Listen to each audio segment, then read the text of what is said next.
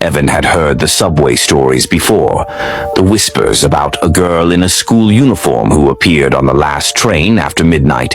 They said she never spoke unless you made the mistake of speaking to her first.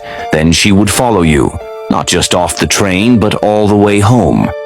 He thought it was just a creepy urban legend until the night he missed his usual train. The platform was nearly deserted, the buzzing lights flickering in the stale air. The last train pulled in, nearly empty. Evan slid into a seat near the middle, relieved to be heading home. Then he saw her. At the far end of the car sat a girl, head bowed, hair hanging in a curtain, hands folded neatly on her lap. She wore an old school uniform, the fabric dull with age. She didn't move, didn't even breathe.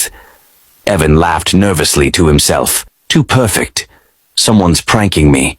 But as the train rattled through tunnel after tunnel, no one else remained, just him and her. The silence gnawed at him. Finally, curiosity won. He stood and walked closer. "Hey," he said softly. "You okay?" Her head tilted. "You can see me?" she whispered, her voice dry as dust. Evan froze. "Of course I can. You're right there."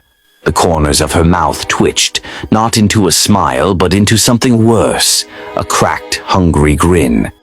"No one ever talks to me anymore." Evan's skin prickled. He stumbled toward the door, desperate for his stop.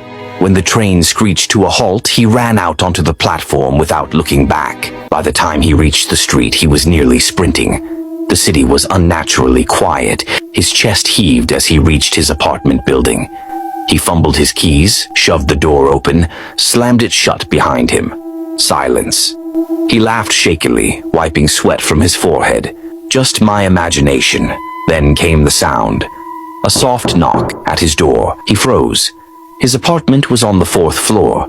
He hadn't buzzed anyone in.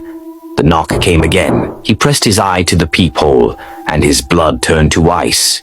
She was standing there, head bowed, hair hanging forward. The knock became a pounding. The chain lock rattled, strained, as if invisible hands were prying it loose. Evan stumbled back. The pounding stopped. Silence. Then from the kitchen came the sound of a chair scraping slowly across the floor. Evan spun, but the lights flickered out. In the flash before darkness swallowed the room, he saw her, sitting at his table, waiting. The apartment went black. Evan was never seen again. And on the last train, passengers still whisper about the girl in the faded school uniform.